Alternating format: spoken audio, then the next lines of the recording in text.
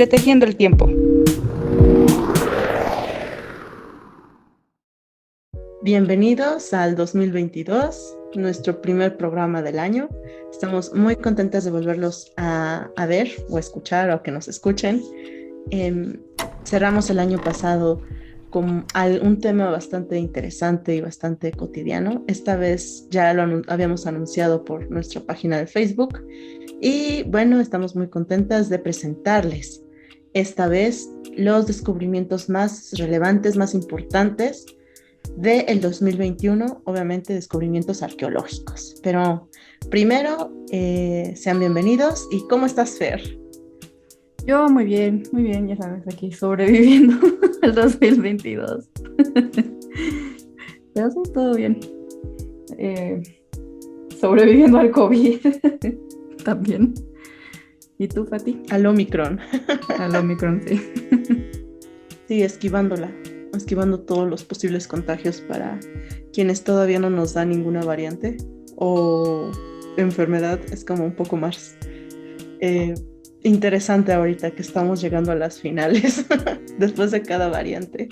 Sí. Pero y bueno, también esperemos que se hayan ya vacunado, se hayan echado a quienes ya tienen sus refuerzos y en dado caso estar atentos, porque aún les recordamos que tenemos pendiente ese tema que queremos platicar, el de las vacunas, cómo es que surgen las vacunas y la vacunación en la humanidad. Entonces, no sabemos aún cuándo, pero también es un tema que ya habíamos dicho el año pasado que queríamos debatir. Entonces, esperemos que ya estén más tranquilos y como bien dijo Fer, los programas del año pasado, vacúnense por favor. De hecho, estaba escuchando que el refuerzo de AstraZeneca le está pegando duro a las personas. Pero pues de todas maneras, pónganse. Pero bueno. Vale la pena. 2 días es mejor que tu bienestar o tu vida. Sí, la neta sí. Pero bueno, hoy vamos a hablar sobre los grandes descubrimientos o los grandes descubrimientos, los top 10 descubrimientos arqueológicos del 2021. Esta lista la saca una revista que se llama Archaeology. No sé, ¿es una revista o solo es como un sitio en internet? No, claro, es una revista. Archaeology, de hecho, creo que yo tengo un volumen ya de los 80 más o menos, de una maestra que cuando se jubiló regaló mucho de su colección. Y ahí fuimos como saber qué conseguíamos entre libros, artículos o revistas. Creo que yo alcancé una de Archaeology. De hecho, ustedes pueden seguir la revista en Facebook. Yo la sigo en Facebook. Supongo que debe estar en otras redes sociales como Instagram y Twitter. Y bueno, está muy padre porque aunque te dan solo un segmentito de sus artículos, está bien hecho. Sí. Hay de todo el mundo ahí. Realmente, ¿qué arqueólogo no quisiera ser publicado por Archaeology? Sí, de hecho es una publicación del Instituto Arqueológico de América. Entonces, pero abarca, o sea, temas de todo el mundo, no solo de América. Sí, es muy interesante. Exacto. Esa revista. Pero bueno, hoy vamos a hablar sobre su lista del 2021 de los grandes descubrimientos arqueológicos. Y bueno, creo que sí vale la pena notar que, o sea, no es como tal que en el 2021 se descubrieron estas cosas. Yo creo que es más bien que en el 2021 se publicaron o más bien se verificaron los resultados, porque no sé si ya lo hemos mencionado, pero cuando se hace una investigación arqueológica normalmente se toman años, o sea, son años de trabajo de temporadas de campo, de temporadas de análisis de materiales en gabinete. Entonces, pues no, o sea, es muy poco probable que un descubrimiento se haga literal de un día para otro o en un mes, ¿no? O sea, no es posible. Entonces, pues sí, solo hay que tomar eso en cuenta, ¿no? No es de que se hayan descubierto como tal en el 2021, chance algunos sí, pero es probable que no.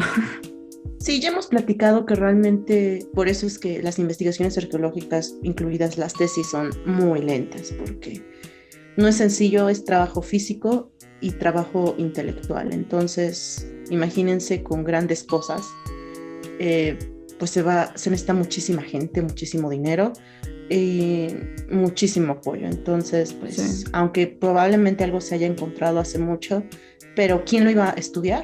No, pues no pudo nadie, todos estaban ocupados, o como ahorita, no hay suficiente dinero, hay una pandemia, se guardan en los laboratorios, en las bodegas, ya sea de un museo, de una universidad, de lo que sea, estilo en línea, y ya ahí se quedan guardados hasta que nuevamente se presta el proyecto y se vuelve a encontrar ahí en esas bodegas, en esos laboratorios, y se vuelve a estudiar. Ahora sí ya se analiza. Entonces, estos descubrimientos, si bien son muy recientes, la verdad, pero lo más importante es que se analizaron, no solamente es decir, miren, nos encontramos esta cosa bonita. No, ¿qué es? ¿Por qué? ¿Cómo? Entonces, eso es lo padre de los descubrimientos. Sí. Ahí es lo que diferencia de alguien que es fanático, como nos decían, ¿no? El corazoncito saqueador de todos, que estamos emocionados por la pieza, a ya como tal el desarrollar un sentido crítico, científico, arqueológico del objeto. Es muchas veces padre de estos descubrimientos. Sí, y muchas veces como análisis de estos materiales o la interpretación como tal no se hace en campo. O sea, no encuentras algo ahí en el pozo que estás excavando y te sientas ahí enfrente a ver ¿qué es esto? ¿Qué significa? Obviamente no, o sea, pues tienes un tiempo muy limitado para llevar a cabo la excavación. Entonces lo que haces es la diferencia entre un arqueólogo y un saqueador, que un arqueólogo hace la excavación de forma muy sistemática para poder conservar el contexto arqueológico, que es lo importante. Y un saqueador pues solo saca y ya se lo lleva ya, ¿no? Entonces, cuando preservas este contexto, pues ya se puede llevar a cabo una interpretación en gabinete. Y recordemos que iba a decir algo y se me olvidó. Ay, ¿cómo es posible que me está pasando esto muy seguido? Se me desconecta el enchufe en el cerebro. Sí, los arqueólogos no van como esperando encontrarse el eslabón perdido o la Atlántida mientras hacen una investigación o una excavación. Por eso es que también cuesta a veces trabajo analizar algo, porque tú no estás preparado, tú sabes que podrías tener una idea o quizás ciertas sociedades habitaron esa parte y quizá puedes decir, no, pues aquí quizá habría una ciudad, una zona habitacional.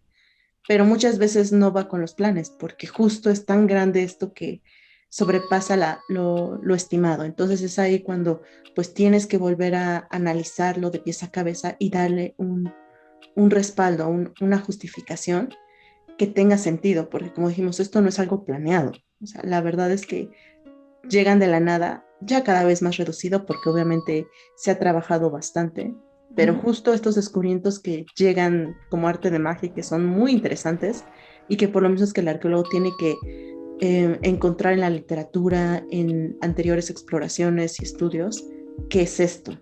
Porque no tenía idea que eso se lo iba a topar. Aunque quisiéramos, los arqueólogos no se despiertan esperando encontrarse algo demasiado grande, algo como estos descubrimientos que vamos a hablar en este momento. Por eso es que hay que darle su tiempo para investigar. Sí, y eso pues es una muy buena introducción al primer caso, no sé cómo llamar el caso, o al primer gran descubrimiento de 2021, o más bien el primero en la lista de la revista Archaeology, que es el de Luxor, Egipto. Aquí unos arqueólogos, literal, como dice Fati, o sea, como fue como lo dice en el artículo, fue que pura suerte, porque ellos estaban buscando el templo mortuorio de Tutankamón.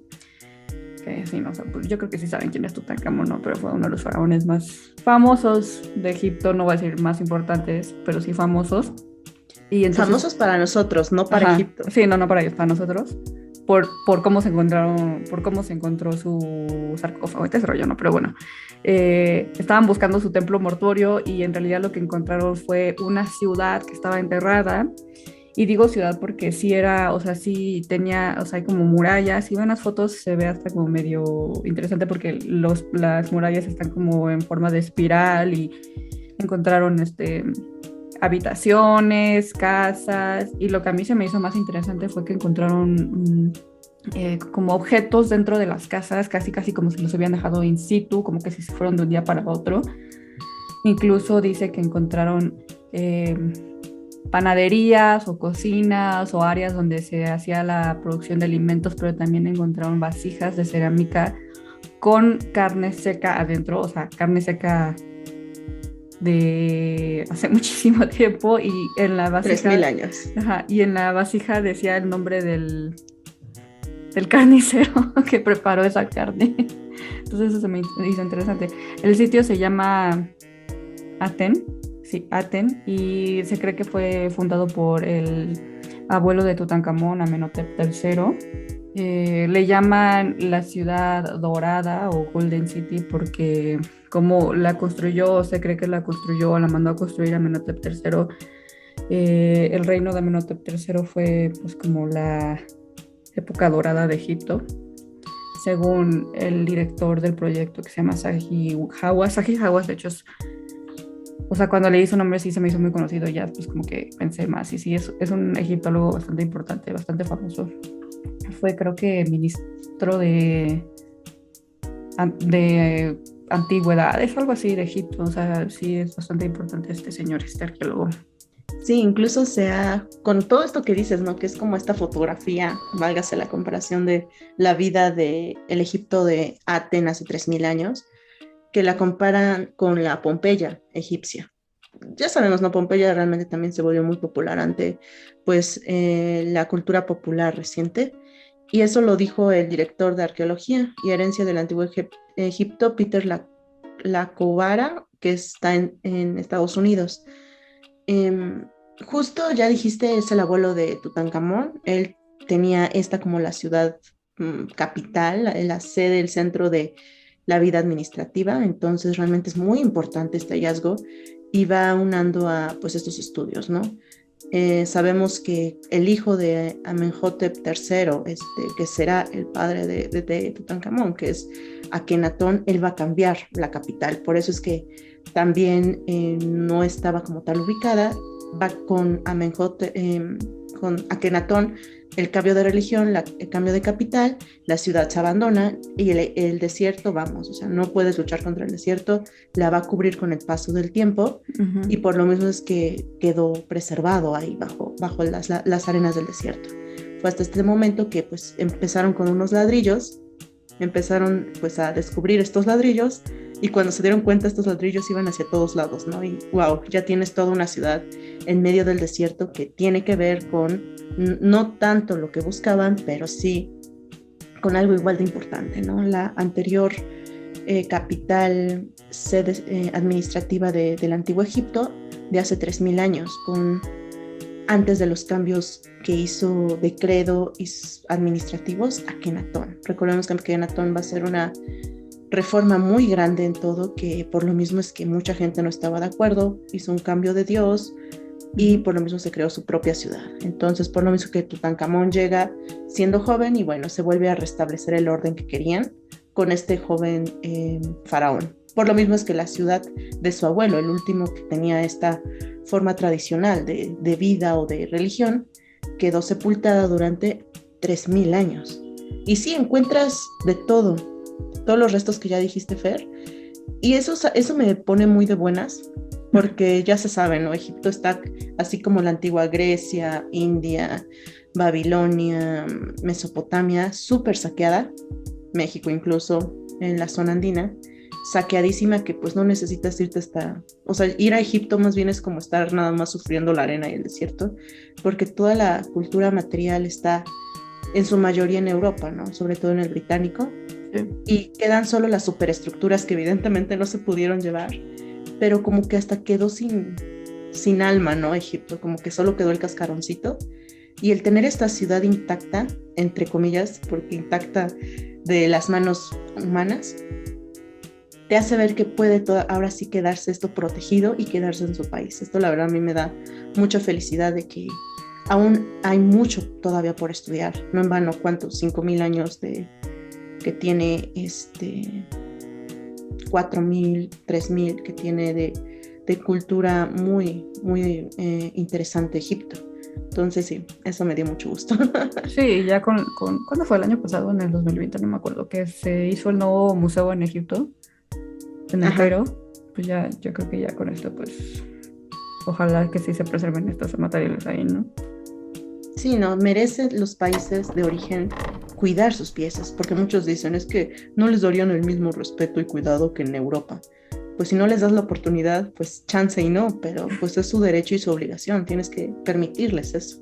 Entonces, esperemos que Egipto logre seguir estudiando y investigando esta parte. El segundo caso, o más bien el segundo descubrimiento de la lista es, son como unas huellas que se encontraron en una piedra en un lugar que se llama Quesang.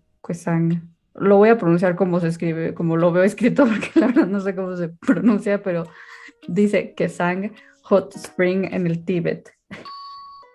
Y pues aquí se encontraron unas huellas humanas como que en una roca y se cree que es el arte más temprano, ¿cómo se dirá? Petroglífico. El arte en roca. Petroglifos, petrograbado. ¿Sí? Petrograbado. Pues es que nada más literal son como huellas. Es que también los glifos tienden a ser excavados, bueno, ajá, como excavados en tierra. Bueno, petrograbado. Este, se cree que es el arte más antiguo en que se encuentra en la roca, ¿no? Porque los investigadores piensan que estas huellas pueden haber sido hechas por dos niños que estaban literalmente jugando hace más o menos 226,000, de 226,000 a 169,000 años. Entonces, por las fechas se cree que los niños pudieron haber sido neandertales o incluso denisovanos.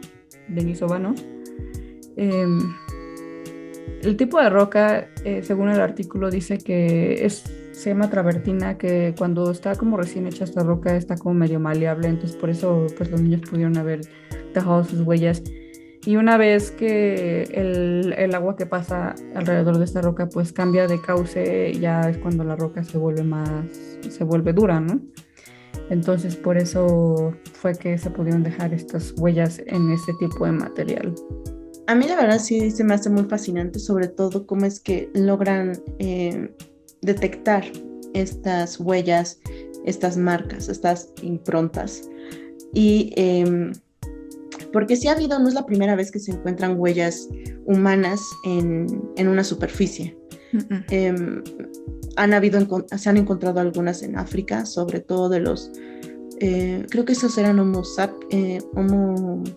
erectus. También se encontraron recientemente unas en Norteamérica, que de hecho spoiler alert, vamos a mencionar más adelante, pero justo aquí lo mencionan desde el punto de vista de que no está en el piso, sino más bien pues justo en esta roca y que no hay como tal explicación que fuera como simplemente un camino que hayan tocado sin querer. O sea, aquí el análisis es que esto no es arbitrario, sino más bien estaba con una intención fija. Entonces por eso es que le dan el título del arte más antiguo y que se ha hecho por niños, por el tamaño de las huellas, ¿no?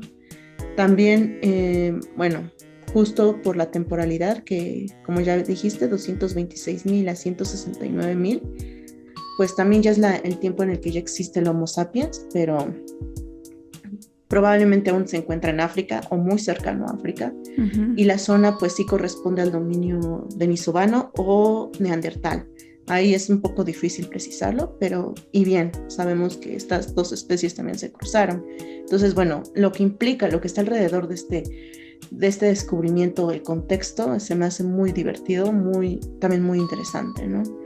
Que además se logre con la tecnología actual detectarlo, ¿no? Porque esto sí fue todo un escaneo 3D para poder incluso ver la profundidad de cada una de estas improntas en la roca. Entonces, bueno, yo estoy feliz de que también tengamos en teoría, cultura material de primos, no solamente neandertales, sino ya también los denisovanos se van mencionando en esto.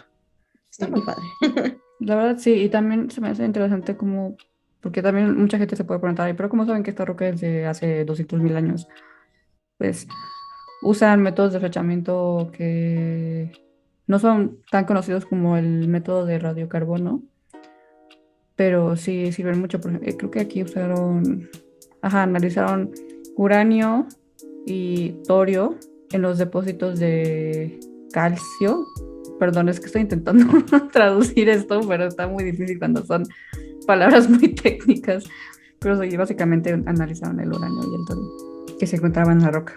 Muchas veces, nada más también aclarando, esto se ve como desde un punto de vista muy, muy pequeño, muy insignificante. Muchas veces crees que una roca tiene simples hoyitos por la erosión del aire o que simplemente así es la roca, ¿no?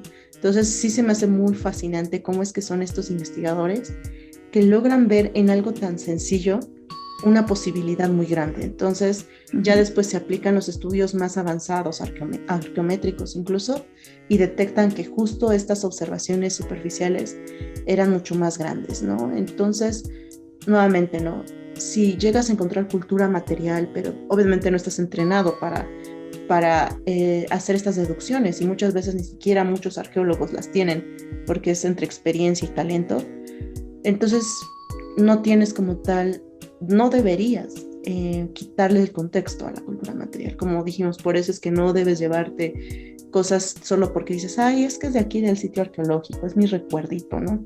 No sabes si al final eso pudo haber desglosado, era una parte importante de un enorme rompecabezas. ¿Por qué? Porque se necesita mucho más estudios que simplemente, pues míralo, es una piedra, o sea, ¿esto qué puede decir? No sabemos al final si no está dentro de su contexto ni con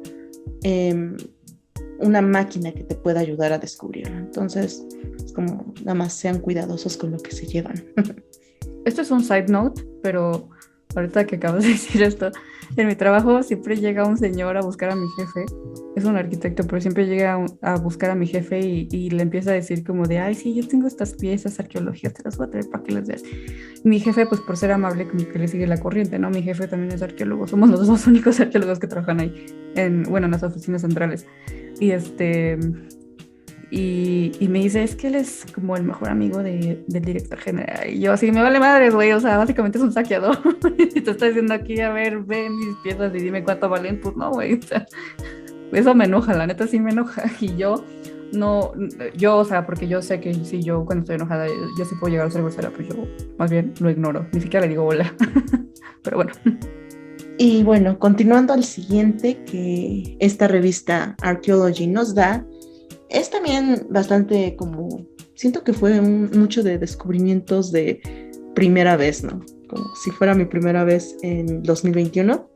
Este es ahora, nos transportamos hacia el otro lado del viejo mundo, que es en Marruecos, es en unas cuevas.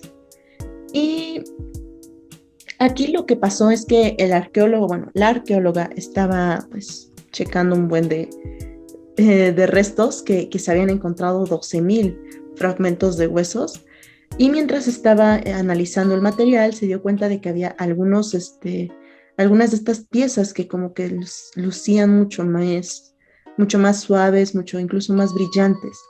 Y pues es ahí donde, como dijimos, si no hay un ojo entrenado que pueda detectar estos detallitos en la cultura material y simplemente como que lo ves y no le das importancia, ella se dio cuenta de que 6 de estos sí tenían, 62, perdón, tenían algo distinto. Y resultó que eran herramientas de hueso. Sabemos que antes, obviamente, no, la metalurgia es mucho más tardía, pero no significa que el ser humano no haya encontrado sustitutos de materiales más duraderos que madera o incluso algo mucho más orgánico que se deshace fácilmente. Entonces el hueso siempre ha sido muy, muy relevante como un material duro previo a la metalurgia. Entonces justo encontraron estos 62 fragmentos de herramientas de hueso óseas que por su datación la haya entre 120,000 y 90,000 años, hace 90,000 años. Entonces nos da evidencia de herramientas para hacer ropa, que de hecho ya había habido algunas propuestas sobre que la ropa o los primeros hombres en vestirse, al menos arqueológicamente, se encontraban en África. Y bueno, con esto vemos que son herramientas con las que se podía tratar la piel, ¿no? Ya sabemos que desollar, poder sacarle la piel a los animales para cubrirte con su cuero, con su piel, es muy muy delicado, tiene que ser un tratamiento muy especializado y las herramientas también. Entonces, aquí vemos en Marruecos, en esta cueva, que se encontraron justo estas herramientas. Entonces, así está el tercer descubrimiento. No sé si quieras añadir algo más. Sí, de hecho, sí, lo que mencionaste de África, también, o sea, sabe que los primeros hombres que utilizaban ropa pues fueron de África hace más o menos 170.000 años porque hicieron estudios genéticos en piojos que se encontraban en estos contextos arqueológicos. Entonces, pues sí, como que va, o sea, sí cuadran las fechas, ¿no? También, pues, o sea, nosotros, por ejemplo, en Mesoamérica, pues sí se acostumbran a encontrar lo que se conocen como raspadores, que son básicamente herramientas que se utilizan para separar la carne de un animal del hueso, pero no, voy a toser y no es COVID, se los juro. Pero no realmente nos ponemos a pensar como todo el proceso que se requiere para poder hacer una prenda de vestir de cuero, ¿no? O sea, no es como de, ay, sí, le voy a quitar la piel, que se seque y ya, no, son bastantes pasos. Entonces, el hecho de que se hayan encontrado estas herramientas y den una fecha tan temprana, pues sí dice mucho sobre las capacidades humanas, ¿no? Ese es mi comentario. Sí, obviamente que tú ya lo dijiste, incluso por eso es que ahora, si tú tomas un abrigo de piel, que de hecho ya no es tan bien visto, por eso es tan costoso, porque sí requiere todo un tratamiento elegante, fino, que por eso es que el plástico es un excelente sustituto, es mucho más fácil, mucho más maleable y mucho más barato. En cambio, un buen abrigo de piel, de cuero, no, o sea, y el cuero que es una chamarra, unas botas, unos pantalones, incluso asientos en el automóvil, pues sí significa que tienes que hacer un muy buen trabajo. Por eso es que es el precio. Y sí me gusta que se haya encontrado en Marruecos. Sabemos que África es sumamente variable en climas, en climas, pero que sí, 120.000 más o menos, probablemente para las primeras manufacturas de ropa es impresionante. A mí me gusta mucho esto. Sí. Y de hecho, sí, como dijimos, las piececitas son muy diminutas, aunque aquí la fotografía que nos dan no nos dice sobre alguna escala en particular para decir medidas. Lo cierto es que, como dijimos, si ustedes no tienen como tal el entrenamiento o la observación, pues van a creer que es un hueso más, no le van a dar importancia y se va con todo, ¿no? Y cuando alguien lo vuelva a encontrar y pueda volver a hacer un análisis, pasará mucho tiempo porque esto ya fue etiquetado como simple hueso, ¿no? Y al final requiere también que detecten unos detalles que le den nueva etiqueta de, pues sí es un hueso, pero es una herramienta hecha a base de este hueso. Por eso es que nuevamente la cultura material no se le quita el contexto porque probablemente nuestros ojos no estén capacitados para detectar un detalle importante. Permitan que alguien que sí sabe lo haga. Entonces no se lleve la cultura material, por favor. Sí, no. Y normalmente tienes que ser una persona que sabe mucho para saber que eso es una herramienta. O sea, porque, pues sí, o sea, si lo ves nada más parece como un pedazo de hueso, pero si eres un arqueólogo, pues sí sabes determinar ciertas características que ya sabes que lo definen como un tipo de herramienta. Y no cualquier persona, una persona lo ve y dice, ay, es un hueso. O incluso pueden decir, es una piedra o un pedazo de madera y lo tiran. El siguiente descubrimiento en la lista es el de, como ya dijo Fatih hace ratito, perdón si escuchan a mi perico, está gritando mucho ahorita, pero es el de unas huellas humanas que se encontraron en un lugar que se llama White Sands, en Nuevo México, Estados Unidos, y literalmente si ven las fotos son un par de huellas como de pie de humanos.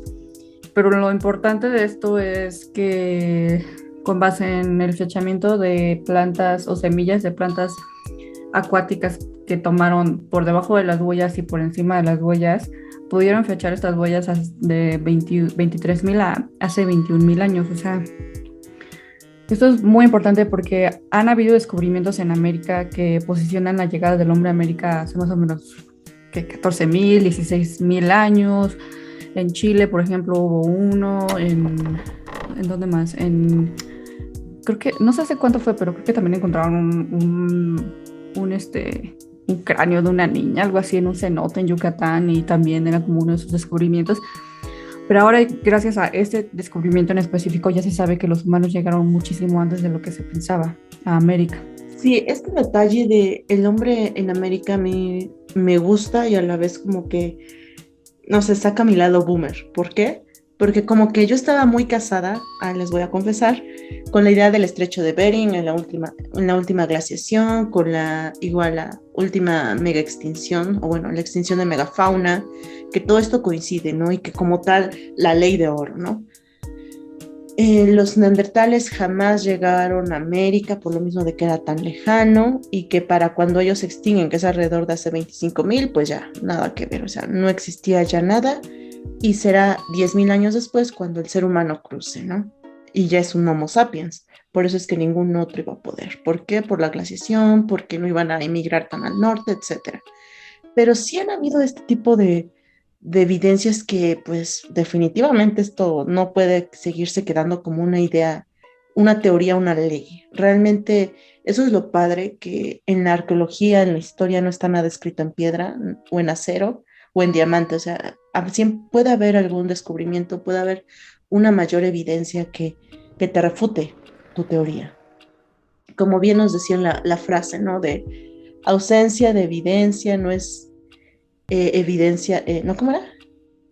Ajá, ausencia de evidencia no es evidencia de ausencia. O sea que no porque no exista algo significa que no pasó. Entonces, aquí vemos que justo el poblamiento de América, pues podría haber sido incluso tentativamente cuando aún existían neandertales, que claro, no significa que los neandertales cruzaron o que se vaya a encontrar un neandertal en América, pero sí me parece muy interesante que pues, los estudios, los análisis no mienten. Entonces, pues llevamos mucho más tiempo en América de lo que creemos y pues también en Sudamérica, ¿no? Este sitio en Chile, que siempre se me olvida cómo se dice, Cabo Verde, algo así, que también es bastante, no temprano, pero sí te hace ver que puede ser el doble de antigüedad, ¿no? Las pisadas, creo que es de hace como 15.000, ¿no? No sé si te acuerdas de ese sitio en Chile. Entonces, justo este cráneo en un cenote y estas huellas, bueno, o sea, el que te siga diciendo, no, los hombres llegaron por el estrecho de Bering hace 12.000, 15.000 años, pues probablemente la última horda, la última bola de gente que entró, pero no significa que antes no hayan llegado.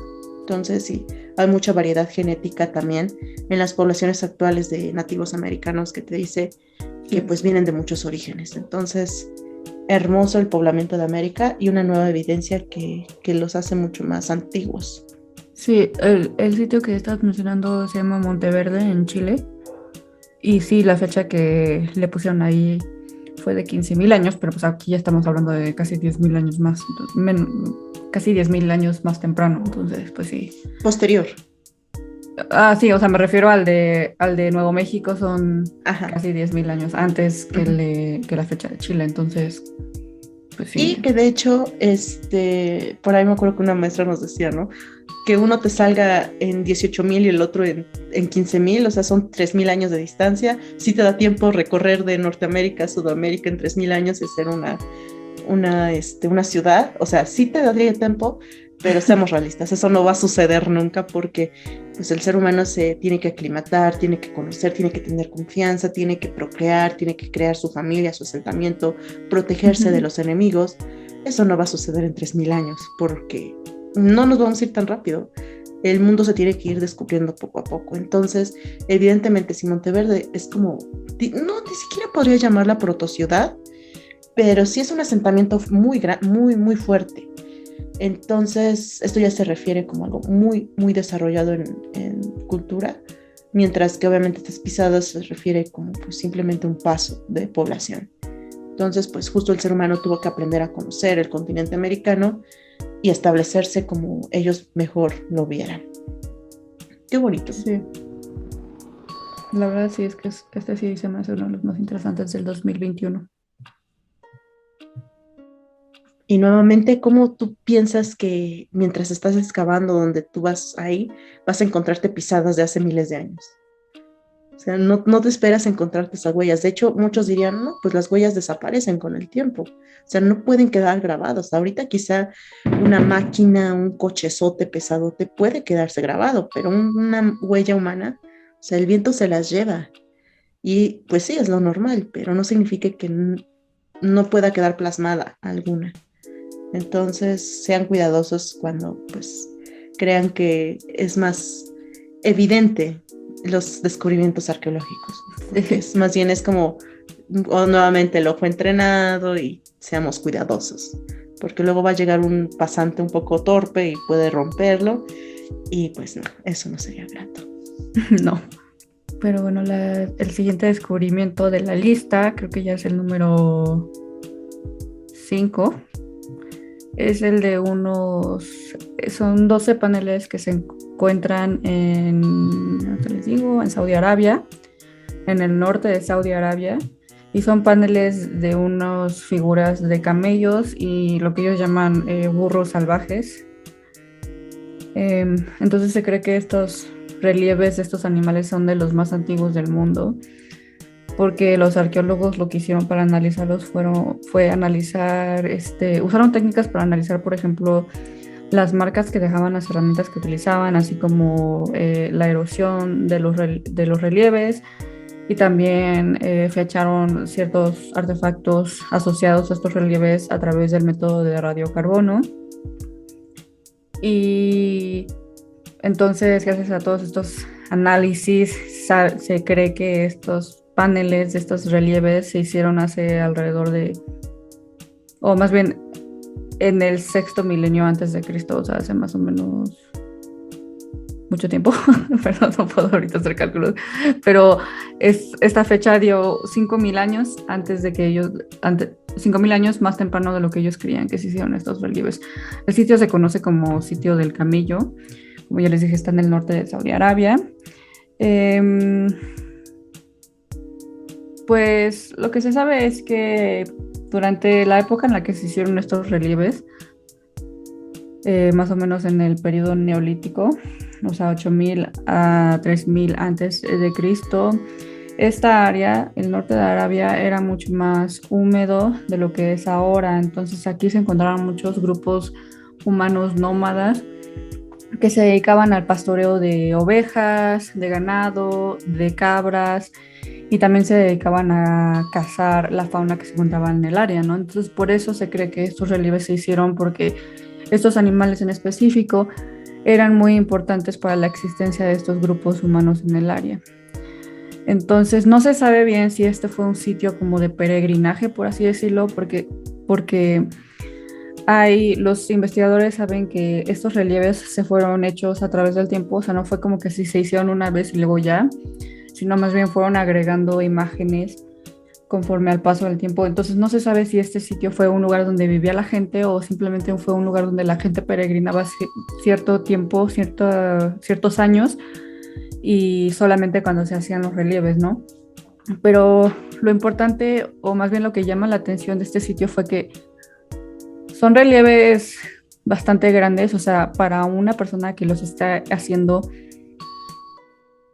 pues ustedes saben, ¿no? Cuando están haciendo, por ejemplo, un mural y están ahí cerca del muro pintando, pues es muy difícil saber como las dimensiones de lo que estás haciendo, al menos de que estés parado muy lejos y ya lo estés viendo, ¿no? Lo mismo sucede aquí. Entonces los relieves como que sí tienen cierto nivel de naturalismo que les impresiona a los investigadores, porque saben que hubiera sido muy difícil hacer este tipo de arte en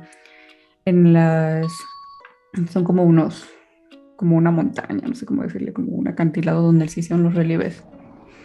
Sí, igual estamos hablando del Neolítico, es muy difícil precisarlo, como creo que ya hemos mencionado sobre Göbekli Tepe, o sea, son lugares que impresiona por estas dimensiones tan grandes, la antigüedad y porque están en medio de la nada, hasta lo que se sabe en ese momento, están en medio del desierto. Es la península arábiga, ubicamos que pues es un clima bastante difícil, pero bueno, eso también arroja más preguntas que respuestas, pero que sí abre muchos caminos de investigación. También hay que considerar lo que en la zona, pues cuántas ciudades o cuántos elementos se han quedado bajo el desierto, bajo el clima, se han desgastado.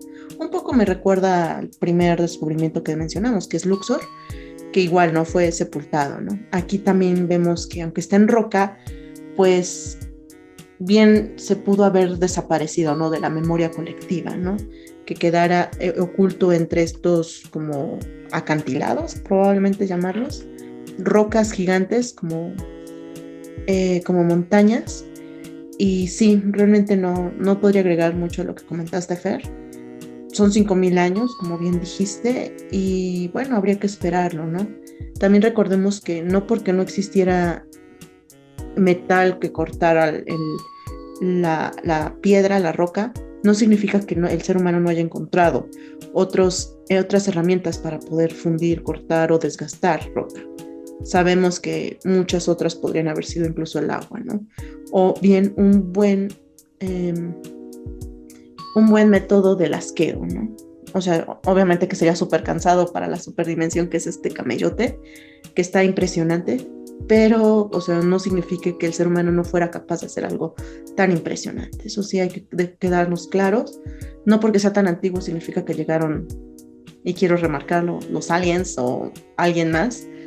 O sea, realmente el ser humano sí es capaz de generar algo sin necesidad de tener metal o alguna otra cosa, ¿no? No sé, una flama de combustible con fuego, ¿no?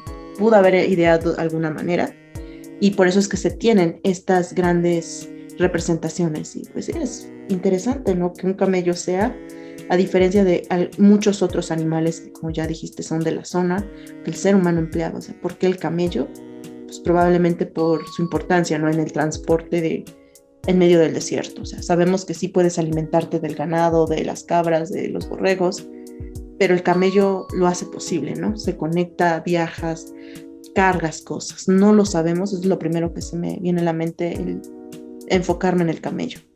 Sí es muy importante. Entonces, también esto es muy interesante en medio de Arabia Saudita, que por la zona creemos que no hubo nada, que era súper simplemente pastores, mucha arena, mucho calor, pero el hombre no sería capaz de hacer otra cosa. Y vemos que en todos lados del mundo podemos encontrar impresionantes construcciones o, no sé, cultura material impresionante.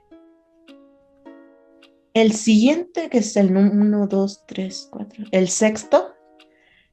Esto es muy curioso. Este es francés. Y bueno, en específico Leuhan, Francia.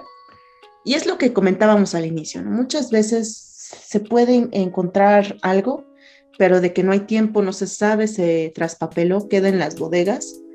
Y ya es hasta mucho después que se vuelve a reabrir el caso, entre otras palabras, y se vuelve a estudiar, e incluso la tecnología del momento te lo permite, porque antes pues decías, híjole, pues yo no veo nada, no lo puedo investigar más, que alguien se encargue en el futuro.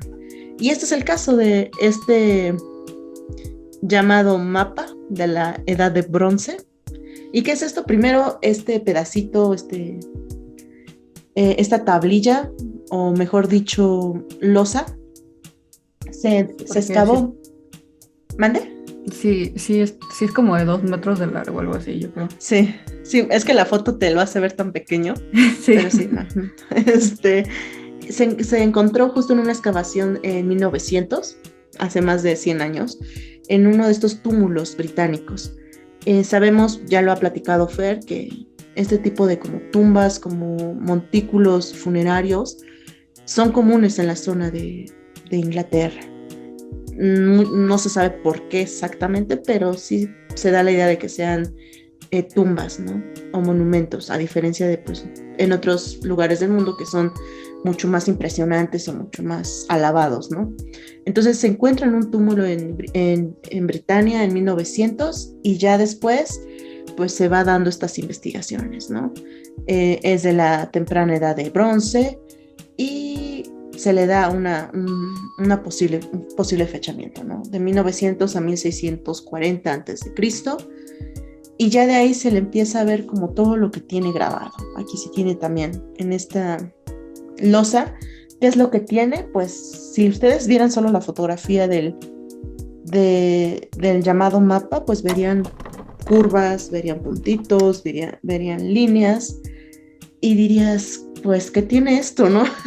Probablemente tú sabes que algo tiene que decir, a algo se refiere, tú no le ves quizá la lógica de alguna escritura, entonces, ¿a qué se referirá estas líneas? Todo esto que ves, ¿no? Puntos, líneas, círculos, rayas. ¿Y qué es lo que, pues, dicen los investigadores, Fer? Pues los investigadores dicen que se trata de uno de los primeros mapas creados por el ser humano. O sea, la neta está como que un poco fumada esta teoría, pero ya después cuando empiezas a leer por qué dicen esto, pues sí, es bueno, chance tengan razón, ¿no? La piedra o la losa tiene como que ciertas, no sé cómo llamarlas, como características que según los investigadores se parecen mucho a ciertos lugares como de la topografía, de la geografía donde se encontró la piedra. Por ejemplo, tiene como una oquedad triangular en uno de los lados y entonces creen que eso puede ser el valle en donde se encontró la piedra, ¿no? También hay como unos motivos como cuadrangulares que también pueden representar ciertas, por ejemplo, dicen que uno de estos motivos cuadrangulares representa como una masa de granito importante en el paisaje, y luego también dicen que estas como curvas, líneas, se parecen mucho pues al sistema de ríos del área. Entonces, por eso dicen que pudo haber sido un mapa o pudo haber fungido como un mapa. Ahora, yo la verdad no sé si estoy de acuerdo o no. Tendría que poner a leer más sobre el área donde se descubrió para decir si sí, sí es cierto, ¿no? Pero dicen que el mapa pudo haber cubierto un área de más o menos 19 millas por 13 millas. Y pues sí, o sea, la importancia de este descubrimiento es básicamente que si es cierto, es que sería básicamente el primer mapa de la historia del ser humano. Ahí lo tenemos, para nosotros bien podría ser solo una piedra grabada con dibujitos raros. Podríamos creer que un niño lo hizo o que es una escritura que habría que ser descubierta, estudiada, descifrada, pero no, dicen que coincide con la hidrografía, con la geografía del lugar. También, justo un arqueólogo también tiene que no dominarlo, pero al menos tenerlo presente, ¿no? Otros podrían haber pensado en las estrellas, ¿no? Que también podría ser una buena propuesta. Habría que conocer qué clase de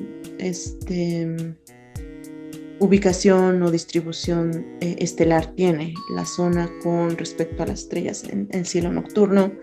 Entonces sí, también es una explicación muy, muy curiosa y pues es válida. Realmente, como dijimos, esto fue arrumbado un tiempo y ahorita se está volviendo a darle otra oportunidad y ver si esta teoría pues sigue avanzando y aceptándose, porque esto al final se tiene que comprobar.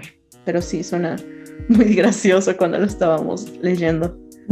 Sí, especialmente, o sea, sí les recomiendo que vean la foto de esta losa, porque sí se van a quedar así de ¿qué es esto?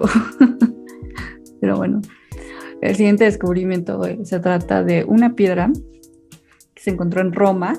En Roma lo que sucede mucho es que cuando están construyendo a cada rato están encontrando cosas, por lo mismo de que se construyó sobre una ciudad antigua, o sea, como aquí en la Ciudad de México, ¿no? Pues también pasa mucho. Entonces, o en Cholula. Ajá.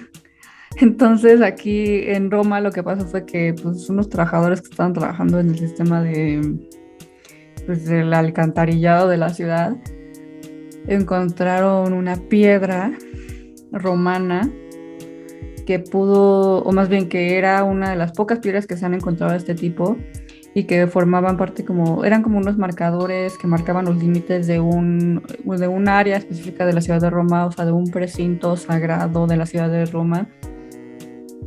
Se cree que pudo haber sido puesta en su lugar hace 2000 años. Como les dije, solo se han encontrado 10 tipos de este tipo de piedras, entonces por eso yo creo que es más bien el hecho de que fue muy impresionante su descubrimiento, porque como tal, pues es como un marcador, ¿no? O sea, ¿cómo le dirías? Pues sí, o sea, no, o sea, es literalmente una piedra que marca los límites de algo, ¿no? En esta área que delimitaban estas piedras se conocía como el Pomerium, que era una zona donde las actividades que se llevaban a cabo en esta zona estaban controladas de forma muy estricta por ciertas reglas. Entonces había ciertas cosas que no se podían hacer. Por ejemplo, nadie podía ser enterrado dentro de esta área y nadie podía entrar a este precinto portando armas. Y se cree que pudo haber sido como, o sea, por ejemplo, esta área pudo haber sido lo que se conoce como el urbs, o sea, como la Roma propia, y después alrededor era todo lo demás, ¿no? De la ciudad de Roma, entonces como los barrios, no sé cómo explicarlo, pero así, así me la imaginé. Eh, Obviamente, esta área que se conoce como el Pomerium, como ya mencioné, fue cambiando, fue expandiéndose conforme a la ciudad de Roma fue también creciendo. Mm, Se cree que el Pomerium se creó, o más bien la leyenda romana dice que el Pomerium se creó por Rómulo, que es el fundador mítico de Roma, y una inscripción de esta piedra en específica de la que estamos hablando dice que fue erigida alrededor del año 49 Anno Domini, o sea, 49 después de Cristo, por el emperador Claudius. Se me olvidó mencionar pues que esta piedra se conoce como Cipus. Sí, aquí evidentemente es propiamente romano, o sea, tendrías que tener un conocimiento eh, local y aunque obviamente si tú te encuentras este tipo de rocas con unas inscripciones pues eso es latín, ya no es como inscripciones en griego, esto sí es propiamente latín, pues tiene que tener un valor importante. Y en el caso de Roma, pues sí es todo un imperio que estuvo bien estructurado, institucionalizado y pues obviamente que todo esto refleja su cultura material, su administración y justo estos marcadores que definen los espacios distintos dentro de la ciudad, dentro de toda la distribución espacial. Entonces, pues 1 de 10 es importante. No es tan impresionante como lo que bien le estamos diciendo, ¿no? Una ciudad, toda una ciudad o la primera cosa de algo o algo antiguo, el mapa, el sitio del camello, pero pues para el estudio propio de Roma, sí, conoces mucho más cómo la ciudad se comportaba. Y bien dijiste, la inscripción es del primer siglo de nuestra era. Entonces, está bien, le llamaría mojonera, es un marcador de los límites de la ciudad. Está muy interesante también, no tan grandioso a nuestros ojos no romanos, pero sí también es en Italia.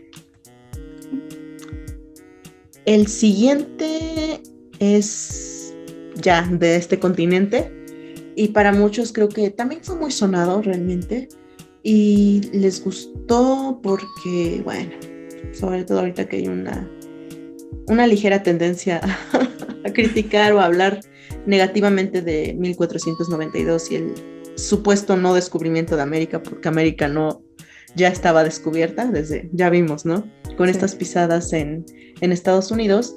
El punto es que finalmente se encontró más y más grande estos asentamientos, estos sitios de ocupación vikinga en el continente americano, obviamente en los actuales territorios de Canadá. Ya se sabe desde hace mucho que no fue Colón el primero en llegar en este lado del mundo. Sí se sabía que los vikingos de alguna manera habían llegado. ¿Por qué? Porque es mucho más sencillo llegar de la península de Escandinava, saltar hacia Groenlandia y de ahí, Islandia, Groenlandia y América, mucho más sencillo que atravesar el Atlántico por sí solo. Entonces se encontró finalmente este sitio en Canadá llamado Newfoundland y bueno, sí, también hay que decirlo que esto ya se había excavado desde 1960, pero obviamente se tuvo que ir poco a poco más y más trabajando. Obviamente sí se dieron cuenta de que el estilo de la construcción era propiamente hecho por vikingos, no era algo propio de un nativo americano. y bueno, se le fue dando análisis de radiocarbono a madera, por supuesto, que era asociada con estos asentamientos. Y bueno, lo han catalogado por el, el 900, el 1000 después de nuestra era, este asentamiento en Canadá. De Entonces, hecho, bueno, esto es fascinante para los que les gustan los primeros poblamientos en América. Perdón. sí. No, es que iba a decir que a mí lo que me llamó la atención de este descubrimiento fue el método de fechamiento que utilizaron, porque utilizaron el fechamiento de radiocarbono, que ya es muy conocido, pero lo que los investigadores hicieron fue, hubo una tormenta solar muy rara que ocurrió más o menos en el año 992 después de Cristo, y lo que esta tormenta solar hizo fue que la cantidad de radiocarbono, o más bien carbono 14 radioactivo absorbido por los árboles incrementó. Entonces lo que ellos hicieron fue agarrar 3 muestras distintas de madera, identificaron el anillo el anillo de crecimiento en estas maderas que más contenía carbono 14 radioactivo, y de ahí contaron la cantidad de anillos, pues, o sea, que se acercaron hacia el núcleo de la madera, y con base en eso fue que ya pudieron decir que la madera de pues estas construcciones sí daba una fecha de más o menos 1021 después de Cristo. Eso me hizo interesante. El siguiente descubrimiento es uno que a mucha gente le llamaría la atención por el tema, ¿no? Que es como un tema medio mítico, medio no sabemos si fue real o qué fue real más bien o no, ya sabes, ¿no? Y es el hecho de que en Sidón, que es una ciudad en Líbano, se encontró un entierro masivo que contenía al menos 25 soldados que murieron defendiendo la ciudad de Sidón, que estaba pues en ese entonces tomada por cristianos. Y esto fue durante las cruzadas. Y este entierro masivo se descubrió durante unas excavaciones que estaban llevando a cabo cerca del castillo de San Luis, en la misma ciudad. Entonces los arqueólogos descubrieron una hebilla de cinturón de un estilo que era usado por los soldados de las cruzadas, y también encontraron una moneda que fecharon, perdón, entre 1245 y 1250. Entonces, estos objetos fue lo que los llevó a concluir que los hombres probablemente murieron durante un ataque en 1253 por parte de un ejército del sultanato de Mamluk, no sé cómo traducir esa palabra, pero Mamluk, que era un imperio islámico que abarcaba más o menos de Egipto, gran parte del Levante y parte de la península arábiga desde 1250 hasta 1517. El arqueólogo que hizo este descubrimiento, Richard Mikulski, de la Universidad de Bournemouth, dice que la gran cantidad de las heridas que se encontraban en los huesos que tenían en los cuellos sugiere que sí fueron asesinados, probablemente por soldados o por gente que iba cabalgando, o sea, que estaban en sus caballos y pues empuñaban sus armas, que eran armas medievales, o sea, eran armas pesadas, como espadas, como ya conocemos, las hachas, no sé, garrotes, ¿qué más pudieron haber? Mazos de guerra. Entonces, pues es probable que hayan sido atacados y mientras huían, pues se les hicieron estas heridas y murieron, ¿no? Llama la atención este descubrimiento porque es uno de los 2 únicos entierros masivos de las cruzadas que se han encontrado o que han sido documentadas arqueológicamente.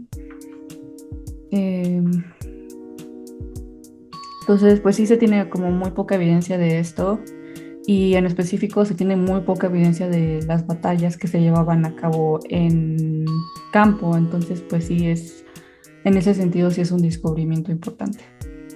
No sé si quieres agregar algo, Fati. No, pues creo que es en general, siempre los cruzados o las cruzadas o las órdenes caballerísticas sí, incluso leyendas, ¿no? Maldiciones.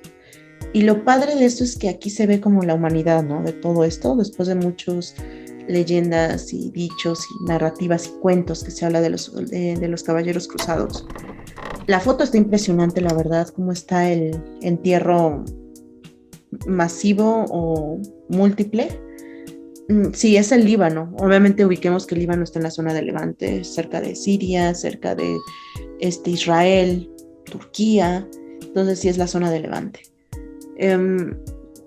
Obviamente que si está cerca de Jerusalén, pues justo era parte de intentar proteger a los peregrinos que iban hacia Tierra Santa. Pero al mismo tiempo la época de violencia por las guerras de religión, o sea, realmente esto era muy habitual, quizá para nuestros ojos lo vamos a juzgar duramente, era lo normal en ese momento y pues sí, es fascinante porque sí podrías con esta foto del entierro y con lo que acabas de comentarnos podemos recrear la escena, ¿no? De cómo es que ellos están tratando de defender el fuerte, su zona y llega el ataque montados en caballos estos hombres del sultanato y pues no, obviamente que jamás iban a lograr ganar contra un ataque de caballos, ¿no? Entonces sí me gusta, sobre todo también esto de entender que no toda la información va a estar en el cuerpo, ¿no? En el hueso.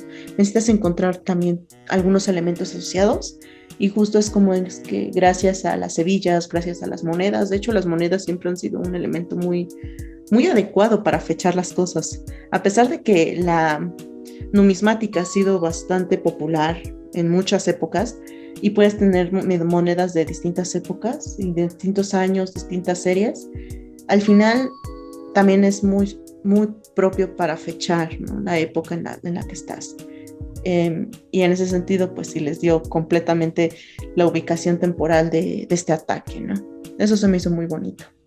Y bueno, el último, porque sí nos hemos alargado, algunos no tan impresionantes, o bueno, no tanto como los demás. El siguiente también es de este lado del continente, en específico Charleston, Carolina del Sur. Y este tema creemos que es importante, que fue incluido en este top de la revista Archaeology, pues por las mismas situación local que sucede en Estados Unidos recientemente. Entonces, también es importante, es arqueológico y también es comprobable con la actualidad, ¿no? Creo que aquí más bien tú igual nos podrías dar un poco de este caso, Fer, y también, ¿no? Decirnos qué es Carolina del Sur, ¿no? Porque, pues, repito, la mayoría de nosotros solamente ubicamos 3 estados, o sea, Texas, Florida y California, los demás ni idea, pero tenemos una idea. Entonces creo que más bien tú nos tendrías que decir por qué es tan importante y dónde está, cuál es la historia de Carolina del Sur. O sea, yo no puedo dar así como tal la historia de Carolina del Sur porque pues no conozco mucho, pero sí les puedo decir que obviamente era un estado esclavista. Sí formaba parte de los estados que pues defendían la esclavitud y por eso este descubrimiento pues es importante porque lo que se encontró fue una, no sé cómo llamarlo, como una etiqueta. Pues sí, supongo que sí, la palabra sería como una etiqueta que se les daba a los esclavos. Normalmente, pues obviamente estas etiquetas se les daban o sea, se los daban sus amos o la persona que contrataba los servicios de los esclavos. Y esta se encontró en contexto, o sea, se encontró en una cocina de mediados del siglo XIX en el campus de la Universidad de Charleston o el Colegio de Charleston. Se sabe que estas etiquetas se usaban desde a finales del siglo XVIII y hasta más o menos 1865 y llevaban números de registro, identificaban a las personas esclavizadas por sus oficios, o sea, si eran carpinteros, herreros, pescadores, trabajadores domésticos, bueno, no, sirvientes domésticos más bien es la palabra. En este caso en específico, el número que se encontró es el 731 y tiene una fecha de 1853 y en la palabra que se encuentra ahí estampada en la etiqueta es la de sirviente. Entonces yo creo que era como un sirviente doméstico. Entonces también hay que tomar en cuenta que otras ciudades del sur de Estados Unidos tenían arreglos de mano de obra contratadas similares a Charleston, pero Charleston es la única ciudad que produjo etiquetas de este tipo.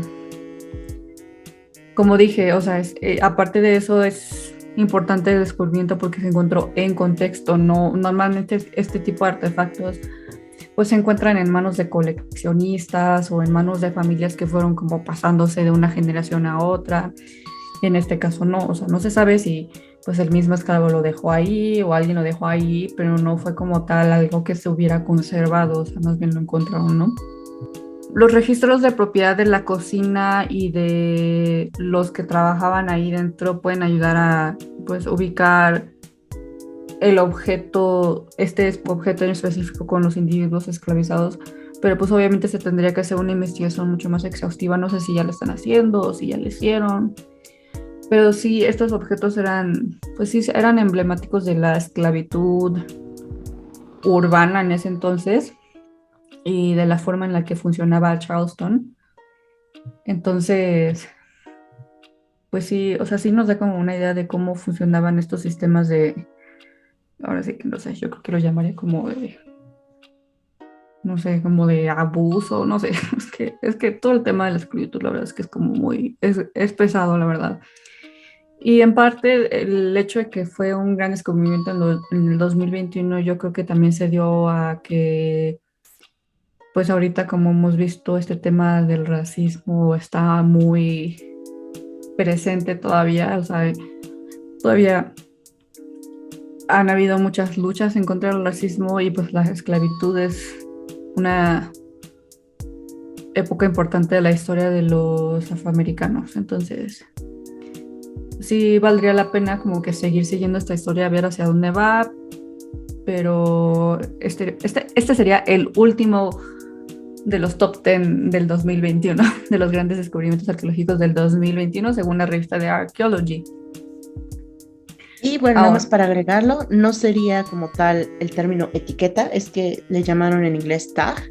Ajá. Yo creo que sería más como placa, ¿no? De hecho, yo te iba a preguntar, oye, ¿cómo se le llama eso que le ponen a los perritos para tenerlos así con su nombre? Ah, sí, la placa. Y tristemente no es, o sea, realmente no es en mal plan esto, pero justo es eso, la utilidad de lo que le ponían a estas personas, o sea, ubicarlos casi, oigan, ¿de quién es el dueño de este esclavo? Sí. Obviamente, gracias a Dios, esto ya hemos avanzado en este tema, en estas actitudes, pero sí, sería más bien como la plaquita de las personas que vivían en esclavitud en Carolina del Sur. Sí, de hecho tiene como un hoyito, yo creo que por ahí se colgaba en el cuello o algo así. Sí. Y ahí estaba bien marcado en metal para que no se vaya a perder. Y capaz me lo quiten, porque es mío, yo lo pagué. Hay gente. Sí, qué horror. Pero bueno, ya solo para terminar este episodio, que sí nos alargamos porque sí era mucho de lo que teníamos que hablar, pero también, o sea, yo creo que valía la pena. Estos fueron los top 10 de la revista Archaeology, como ya hemos repetido, pero también hubo otros descubrimientos que más que como grandes descubrimientos arqueológicos, yo los llamaría como los más interesantes o los más fascinantes, no sé, o por lo menos fueron los que más me llamaron la atención a mí, no todos, algunos, y estos fueron publicados por la revista Life Science. Algunos de ellos ya los mencionamos, como la ciudad de Luxor, también lo del mapa. Perdón que te interrumpa, Fer, ajá, porque igual hay un descubrimiento que me interesa. Sin embargo, pues sí, ya llevamos bastante tiempo y no creo que valga la pena que lo hagamos súper rápido y apresurado. Yo creo que valdría la pena hacer otra parte en la que justo hablemos de los que estos que no fueron mencionados, un poco más corto, y quizá dar nuestra propia opinión, ¿no? ¿Cuáles son nuestros preferidos? Entonces, yo sugiero, chicos, sé que están clavados, pero fueron 10 grandes descubrimientos que hizo que nos alargáramos alrededor de 1:20. Yo creo que ahorita es lo que llevamos. Sí. Entonces, para que no se les haga más pesado, así que espérenos el siguiente programa. Ya saben, nosotras actualizamos programas cada 2 viernes, por obvias razones, el trabajo, algunas ocupaciones, que pues aunque quisiéramos, no podemos hacerlo semanalmente. De hecho, si se dan cuenta, nos hicimos un poquito más de tiempo para sacar el primero de este año, pero por eso, para hacerlo un poco más atractivo, prepararnos, denos estos dos semanas. Y esperen estos nuevos descubrimientos que medio ella quiso decir, Fer, que aunque reconocemos a la revista Archaeology como una máxima luz dentro del mundo arqueológico del todo el mundo, sí hay otras cosas que dejó fuera y sí son muy interesantes que no podemos dejarlo pasar. Entonces, esperen en 2 semanas para saber cuáles son esos otros descubrimientos que la Archaeology Magazine no consideró y que nosotros estamos emocionados de compartirles. Entonces, sí. Bienvenidos a este 2022, cuídense mucho, sigan descubriendo más de los programas de Impronta o de otros lados. No descubran, por favor, por su cuenta arqueología, porque si no destruyen el contexto y pues luego hasta de los arqueólogos es difícil encontrar enigmas o marcas o patrones, imagínense para alguien que no es arqueólogo. Entonces, sí. Hagámonos la vida más fácil y mejor repórtenlo ante el arqueólogo de confianza que tengan. Así que, pues, si no hay nada más que agregar, Fer, no sé si tengas algo más que agregar. Pues no, ya creo que ya lo dijiste todo. Pues ni modo se van a quedar con la interrogativa de cuáles son los otros descubrimientos, sino para el próximo episodio. Entonces, esto fue el primer episodio del 2022, Impronta. Entretejiendo el tiempo. Bye.